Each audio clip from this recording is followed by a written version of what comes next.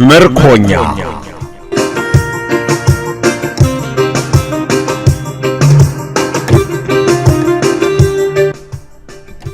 ደራሲ ቆንጂት ብርሃን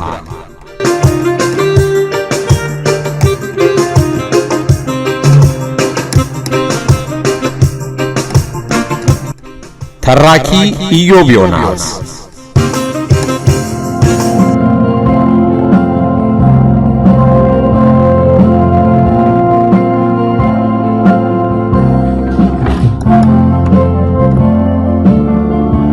ክፍል 28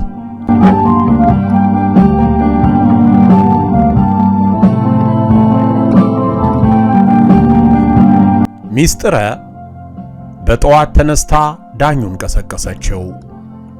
ለምን እንደምትቀሰቅሰው ገብቶታል። እባክሽን አንቺ ሂጂ አላት። ዳኙ አንሶላና ብርድ ልብሱን ወደ ግርጌ እየገፋ ምን ነው ዳኙ፣ ማታ ተነጋግረን እኔ መደበኛ ስራዬን እንደምሰራ አይደል የተስማማ ነው አለችው። ሚስጥረ እመኝታ ቤቱ በር ላይ እንደቆመች ያንቺን ስራ እኔ ሸፍናለሁ፣ ሰው መቅጠሬን ረስቼ ነበር ማታ አላት። በሐሳቡ ተስማማችና ሚስጥረ ወደ አትክልት ተራ ሄደች። ዳኙ ሌሊቱን ጥሩ እንቅልፍ አልወሰደውም። የሰማው ሆነ ያነበበው ነገር ሲገርመውም ሲያናድደውም ነው ያደረው። ምግብ ቤት ውስጥ ረስተውት የወጡትን ፖስታ ሚስጥረ ሳትገባ በፊት ማንሳት አለበት። ሚስጥረ እንደወጣች ወዲያውኑ ነው ወደ ሥራ ቦታ የሄደው። ሚስጥረና ዳኙ መሃል 4 ኪሎ ምግብ ቤት ከፍተዋል። ምግብ ቤታቸው በጣም ከመለመዱ የተነሳ በምሳ ሰዓት ቦታ እስከሚጠፋ ድረስ ነው ደንበኞች ያሉት። ገበያውን ለመያዝ እንዲችሉ ከጎናቸው ያለውን ክፍል እንዲጨምሩላቸው ባለቤቶቹን ጠይቀው ቤቱን ቀላቅለው ትልቅ የምግብ አዳራሽ ለመክፈት ዝግጅታቸውን አጠናቀዋል። ዳኙ የምግብ አዳራሹን ለማሰራት እቅድ ሲነድፍ ሞላ ትዝ አለው። ሞላ እስር ቤት አብሮት የነበረ አናጺ ነው። እናም ሊያማክረው ፈለገና ደወለለት። ሞላ ወዲያውኑ ነበር የመጣው። ስለ ቤቱ ተነጋግረው ሲያበቁ የድሮ ወሬ ጀመሩና ብዙ ተጫወቱ። እኔ መቼም እንደ ፍቃደ ዕድለኛ ሰው ያለ አይመስለኝም አለ ሞላ በጨዋታቸው መሃል። በእርግጥ ሁላችንም ዕድለኞች ነን አለው ዳኙ። ስለ ፈቃደ መዝናናት ይወዳል፣ ይሳካለታል አለ ሞላ። ማለት አልገባኝም አለ ዳኙ ግራ ገብቶት። የጻፈልኝን ደብዳቤ ብታየው ሊገባህ ይችላል አለና ከኪሱ ደብዳቤ አወጣና አስነበበው። በደብዳቤው ላይ ያልተጻፈ ነገር የለም። ኑሮው በጣም ጥሩ ነው። እዚህ እስካለሁበት ድረስ በሚገባ ተደስቼ መመለስ ፈልጋለሁ። ስለዚህም መጠጣት፣ መጨፈርና ከሴቶች ጋር መደሰት ሆኗል ስራዬ። ሴቶቹ እንዴት አሪፎች እንደሆኑ ልነግርህ አልችልም። ከኛ ሴቶች ጋር ሳነጻጽራቸው ልዩነታቸው ይገርመኛል። ተደስተው በማስደሰት የተካኑ ናቸው። በአንድ ጊዜ ነው ፍቅር የሚያስይዙ። አንዳንዴ እዚሁ እንዳያስቀሩኝ እሰጋለሁ የሚል አነበበና ገረመው። ሞላ ደግሞ ስለ ፈቃደ የሚያወራው በተመስጦ ነው። ከደብዳቤው የበለጠ ከፈቃደ ጋር በስልክ ስላወሩት ነገር ለዳኙ ተረከለት። ዳኙና ሞላ ለረጅም ጊዜ ነበር ያወሩት። በወሬ ተጠምደው ደብዳቤውን እዛው ቦታ ረስተውት መውጣታቸውን ያስታወሱት ከራቁ በኋላ ነበር። ዳኙ ደብዳቤውን እንዲያስቀምጥለት ነግሮት ሄደ። ሞላ ከሞላ ከተለየ በኋላ ዳኙ ለብቻው ብዙ አስቦታል። እነ ፈቃደ ሴቶቹ ተመሳሳይ ነገር ቢፈጽሙ ይቀበሉት ይሆን አለና ራሱን ጠየቀ። ይህንን ነገር ለሚስጥረ በመንገርና ባለመንገር መሃል መወሰን አቅቶታል። ለማንኛውም ደብዳቤውን ማየት የለባትም። ስለዚህ ነው ቀድሟት ወደ ምግብ ቤት ለመሄድ የፈለገው። ምግብ ቤቱን ከፈተና ወረቀቱን ከተቀመጠበት አንስቶ ኪሱ ከተተው። ሌሎቹ ሰራተኞች ከመግባታቸው በፊት ሚስጥረ ልትሰራ አስባ የነበሩትን ስራዎች መስራት ጀመረ። የሚስጥረ ሐሳብ ሁልጊዜ ይገርመዋል። ሰራተኞቹ ሲገቡ ሁሉም ነገር ንጹህ ሆኖ ሊያገኙት ይገባል ትላለች። የተቀጠሩት ሊሰሩ አይደለም? እነርሱ ለምን አያጸዱትም? ብሎ ጠየቃት። አንድ ቀን ሁሉም የሥራ ድርሻ አለው። ማታ ስለሚመሽ አጽድቶ ለመውጣት አይቻልም። ጠዋት ሲገቡ ደግሞ ለቁርስ የሚመጣው ሰው ወዲያውኑ ነው የሚሞላው። እናም በደንብ አጽድቶ ሥራ መጀመር አያመችም። በዚህ ደግሞ የሥራ ድርሻው ጽዳቱን መስራት የሆነና ሌሊት ሊገባ የሚችል ሰው ያስፈልጋል። ይህን ማድረግ አልተቻለም። ስለዚህ ይህን ሥራ እኔ ወሰድኩት። የምፈልገውን የንጽህና ደረጃ ደግሞ እኔ ሰርቼ ካላሳየው እነርሱ እንዲያደርጉት መጠበቅ ይከብደኛል አለችው። የሐሳቧን ትክክለኛነት ተመልክቷል። ቤቱ ሙሉ ቀን ንጹህ እንደሆነ የሚውለው በዚህ ምክንያት መሆኑን አውቋል። ዳኙ ሚስጥረ የምትሰራውን ሥራ በሙሉ አከናወነና ቆም ብሎ ተመለከተ። በትክክል ተሰርቷል አለና ለራሱ አረጋገጠ። ሚስጥረ ስትመጣ በአድናቆት ተመለከተችው። ለዚህ እኮ ነው እድለኛ ነኝ የምልህ። እኔም እንደዚህ አጽድቼው አላውቅም አለችና አድናቆቷን ገለጸችለት። ሁላችንም እድለኞች ነን አላት።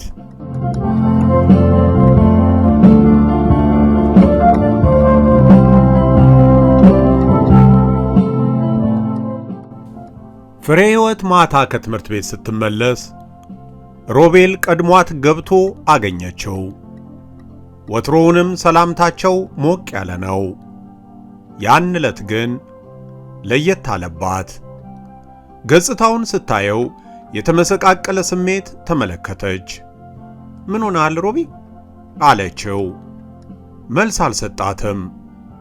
የሆነ ወረቀት ጠረጴዛ ላይ አስቀመጠላትና ተመልከቹ አላት። ፊቷን ለማየት አቅም ማጣቱ ያስታውቃል። ወረቀቱን አንስታ ተመለከተች። እያገላበጠች አነበበችው። እያነበበች መንፈሷ መረበሽ ጀመረባት። ቀና ብላ ቤታቸውን በዓይኖቿ ቃኘችው። በጆሮዎቿ አዳመጠችው። ጭርታው የከፋ ሆነባት።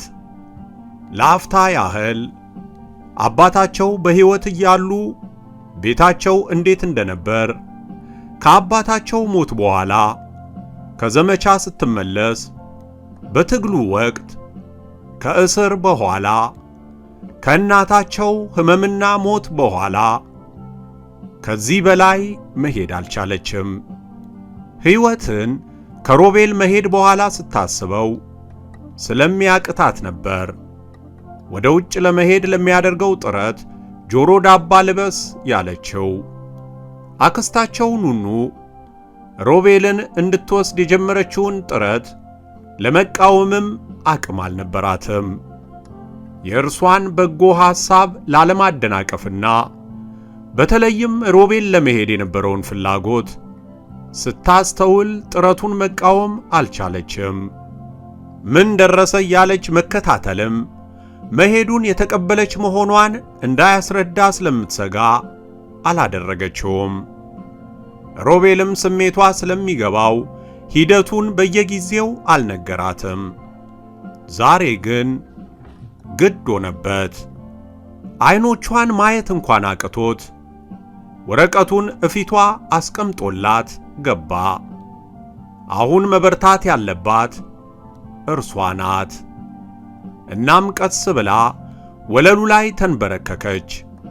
ምንም እንኳን በእናቷ ሕመምና ሞት ስትጨነቅ ለመጸለይ ሙከራ ያደረገችባቸው ጊዜያት ቢኖሩም ከ7 ዓመታት በኋላ እጅግ በጣም በተሰበረ ልብ ለመጀመሪያ ጊዜ በእግዚአብሔር ፊት ወደቀች።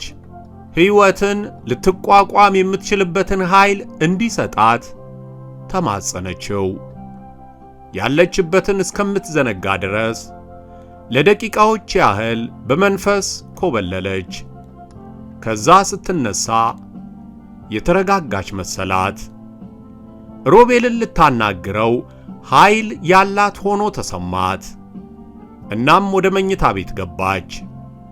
መኝታ ቤት ስትገባ ሮቤል ትራሱን ራሱ ላይ ጭኖ በደረቱ ተኝቷል። እንቅልፍ የወሰደው መሰላት።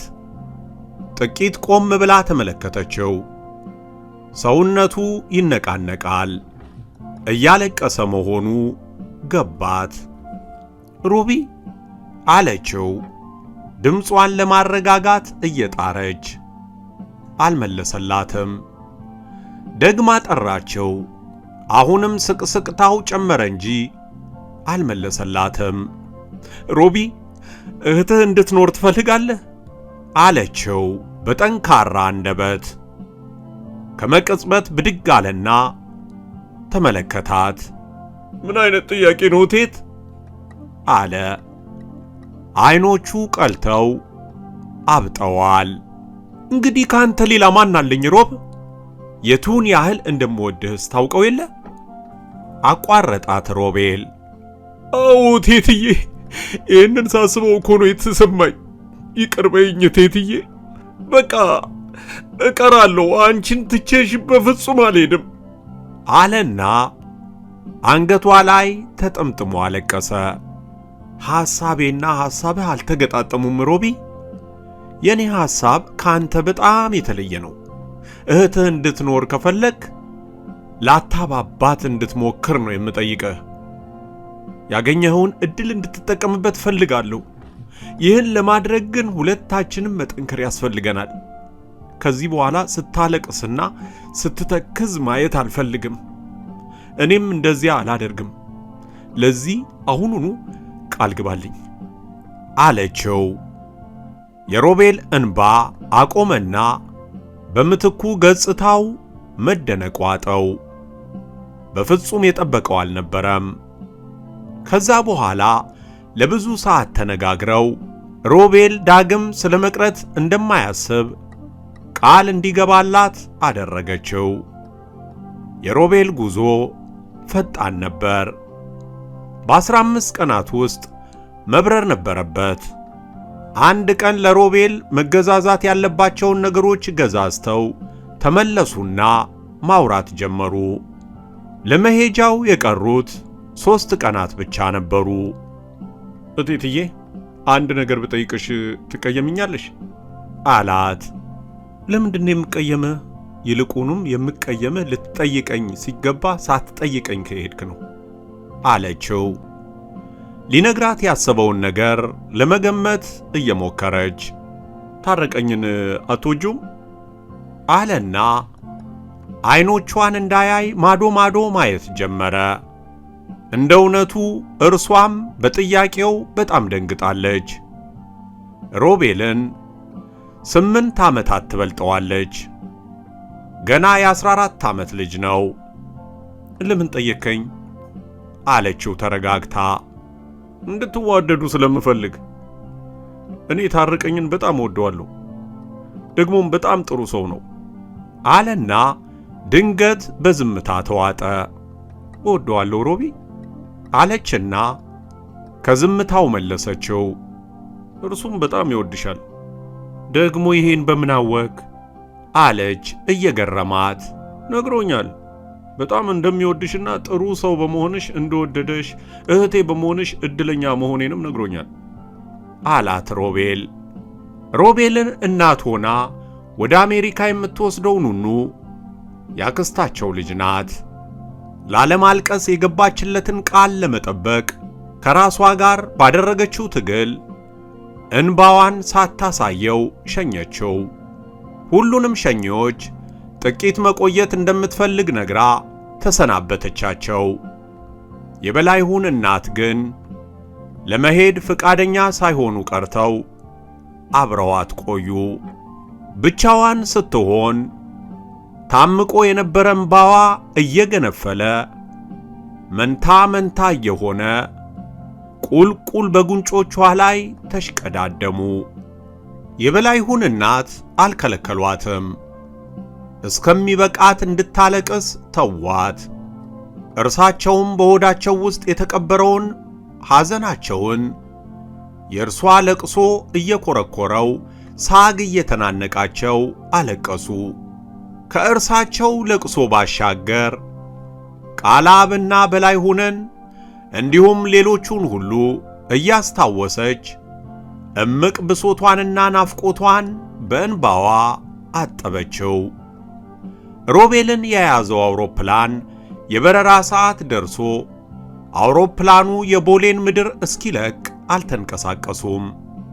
ሰዓቱ ሲያልፍ መረጃ ጠይቀው መሄዱን ሲያረጋግጡ ፍሬና የበላይሁን እናት ወደ ቤታቸው መመለስ ግዴታቸው በመሆኑ ብቻ ቦሌን ለቀቁ። ቤት ሲገቡ የበላይሁን እናት ቡና እንድትጠጣ ቢጋብዟትም ጥቂት ማረፍ እንደምትፈልግ ነግራቸው ወደ ቤት ገባች።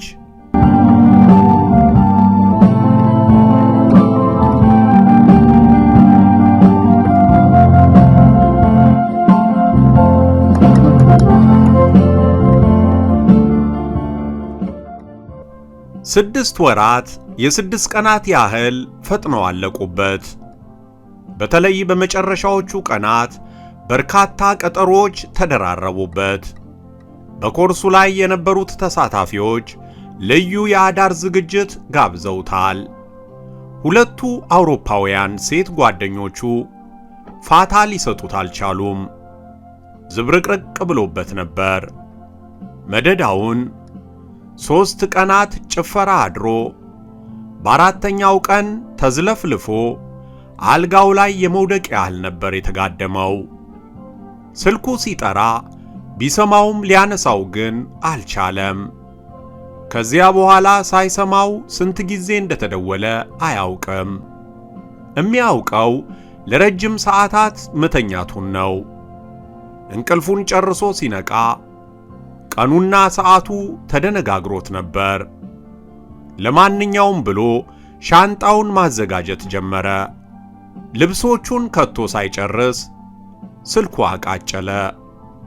አነሳውና ሄሎ አለ። ሃይ፣ አሁንስ ተገኘህ? ለመሆኑ ይህን ሁሉ ጊዜ የት ነበርክ? አለችው ከወዲያኛው ጫፍ ያለችው ሴት። ተኝቼ ነበር አላት በቀላሉ። መምጣት እችላለሁ? አለችው። እዴ በሚገባ እንጂ አላት። ከጥቂት ደቂቃዎች በኋላ የክፍሉ ደውል ተደወለና በሩን ከፈተላት። ገብታ ተንጠለጠለችበት። እስኪሰለቸው ድረስ ሳመችው። ያመጣችለትን ስጦታ ሰጠችው። አመስግኖ ተቀበላት። ሻንጣውን እያገዘችው አዘጋጀና ጨረሰ። ለጓደኛዬ ስጦታ ልታጋዥኝ ትችያለሽ? አላት። አሳምሬ አለችውና ተነሳች። ፍሬን ያስደስታታል ያለውን ስጦታ ገዝተው ተመለሱ። ወደ ቤቷ አልሄደችም። ለመጨረሻ ጊዜ አብሬህ ማደር ፈልጋለሁ አለችው። አሁን ያችኛዋ ብትሆን ምን አደርግ ነበር አለ ለራሱ። እርሷ በዕድሜ የምትበልጠው ትልቅ ሴት ነች። ቁጭ ብሎ ማውራት ነው የሚያስደስታት። ሁለቱ ሴቶች በምንም አይገናኙም። ይህችኛዋ በጣም ወጣት ነች። መዝናናት በጣም ትወዳለች። ሁለቱም በጣም እንደሚወዱት ይነግሩታል። አብረው እንዲሆኑ ይጠይቁታል። አብረው በቆዩበት ጊዜ ውስጥ በተቻለው መጠን ሁለቱንም ለማስደሰት ሞክሯል። ከሁለቱም ጋር ግንኙነት ሲመሰርት የተለመደውን አመለካከቱን ምክንያት በማድረግ ነው። በመጀመሪያ የተገናኙት ከወጣቷ ጋር ነበር። ሁሉ ነገሯ አስደሰተው። ለተወሰኑ ሳምንታት አብረው ሲወጡ ሁሉን ነገር አስረስታ አዘናጋቸው። እንዲያውም ሳያገኛት ሲቀር ትናፍቀው ጀመር።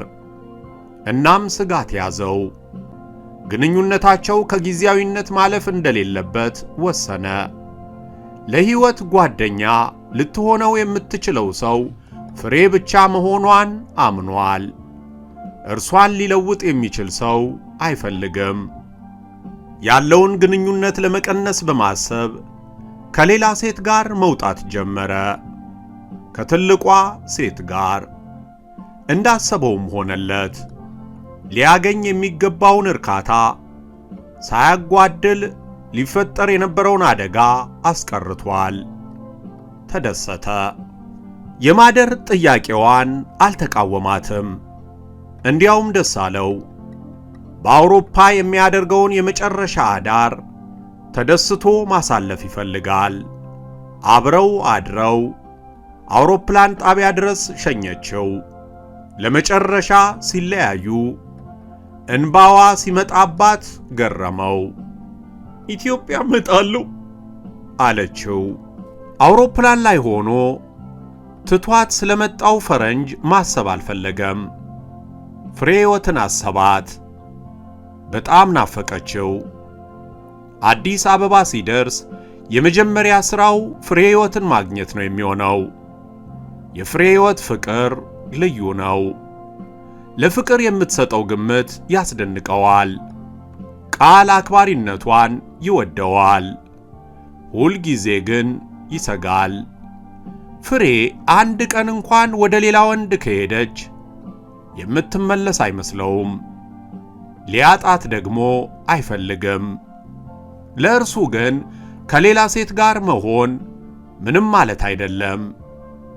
አብሯቸው የሚሆነው ለጊዜው ብቻ መሆኑን ነው የሚያስበው።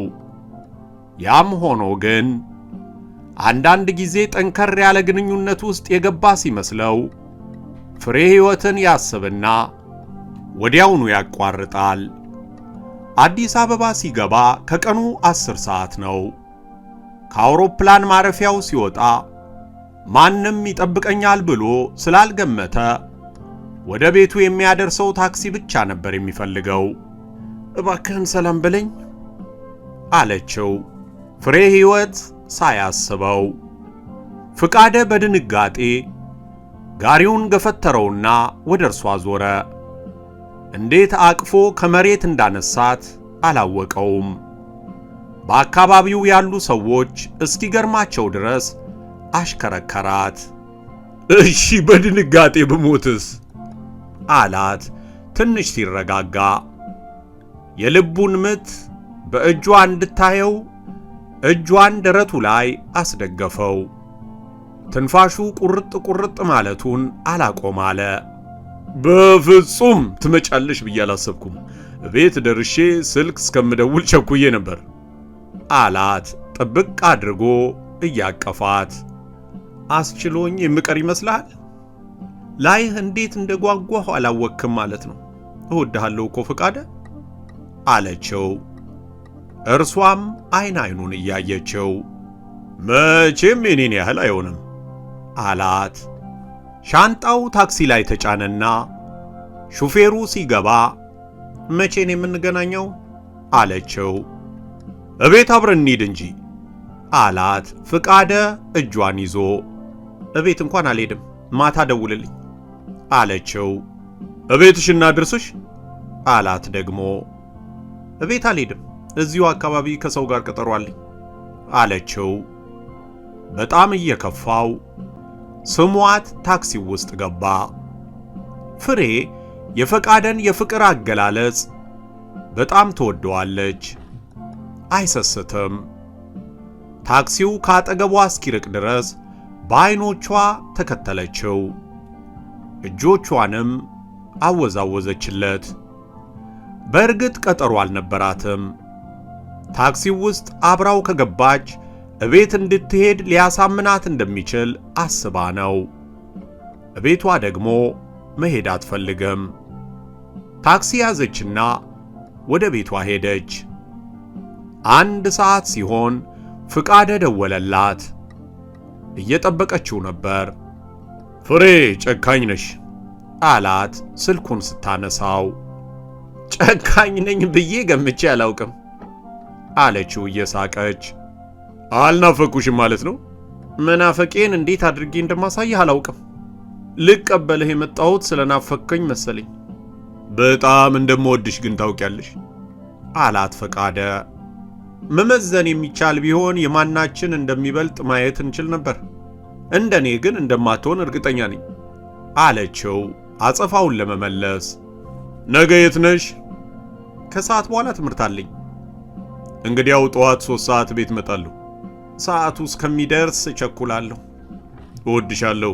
ደህና ደሪልኝ። በሰላም ያገናኘን አለችውና ስልኩን ዘጋችው። እንቅልፍ እስከሚወስዳት ድረስ ስለ ፈቃደ ስታስብ ነው ያመሸችው። ካየችው በኋላ ደግሞ የበለጠ ናፈቃት። ስለ ፈቃደ ይህን ያህል በማሰቧ ደስ አላት። እስከምታገኘው መቸኮሏ ተፈጥሯዊ ነው። ለዚህ ሁሉ ምክንያቱ ለእርሱ ያላት ፍቅር በመሆኑ ማፍቀሯን ወደደችው። እስከ ሕይወቷ ፍጻሜ ድረስም እንደምታፈቅረው እርግጠኛ ነች። ድንገት እነዚያ ቃላት በአእምሯ ውስጥ ሲመጡ ስሜቷን አበላሹባትና ተናደደች። ፍሬ የለም። የሚረብሻት አንድ ነገር ብቻ ነው። ፈቃደ በእርሷ ላይ ያለውን እምነት ያጎድለው ይሆናል ብላ ማሰቧ። ፈቃደ ከእርሷ በፊት ከሴቶች ጋር ግንኙነት እንደነበረው ታውቃለች። ከእርሷ ጋር ከሆነ ወዲህ ግን የእርሷ ብቻ መሆኑን በሙሉ ልቧ ነው የምታምነው። እርሱም እንዲያምናት ትፈልጋለች። ግን ምክንያቱን ያላወቀችው ነገር ታማኝነቷን ያሳጣት መሰላት። ምነው ልጃገረድ ነኝ ባላልኩት ኖሮ ትላለች ሁልጊዜም ያንን ዕለት ስታስታውስ። ድንገት ስልኩ ጮኸና አስደነገጣት። አነሳቸው። ሄሎ አለች። ምነው ፍሬ ዛሬ ጠፍተሽ ዋልሽ? አላት። ውይ ታርቀኝ፣ እንደምን ዋልክ? ፍቃደ እንደሚመጣ ነግሬህ አልነበረም? አለችው። እና እርሱ ከመጣ ትምህርት ቤት አትመጭም ማለት ነው? ነገ ከሰዓት መጣለሁ። ይልቅስ እንኳን ደስ ያለሽ አትለኝም? ይቅርታ፣ እንኳን ደስ ያለሽ። አጉል ለምጄሽ ስትቀሪ ይደብረኛል አላት። ታረቀኝ ከልቡ። ነገ አልቀርም እመጣለሁ አለችው እያዘነች። ስልኩን ዘግታ ስለ ታረቀኝ አሰበች። ሁሌም እንደምታደርገው ትምህርት ቤት ውስጥ ከምታውቃቸው ሴቶች ልጆች ለታረቀኝ የምትሆን መፈለግ ያዘች።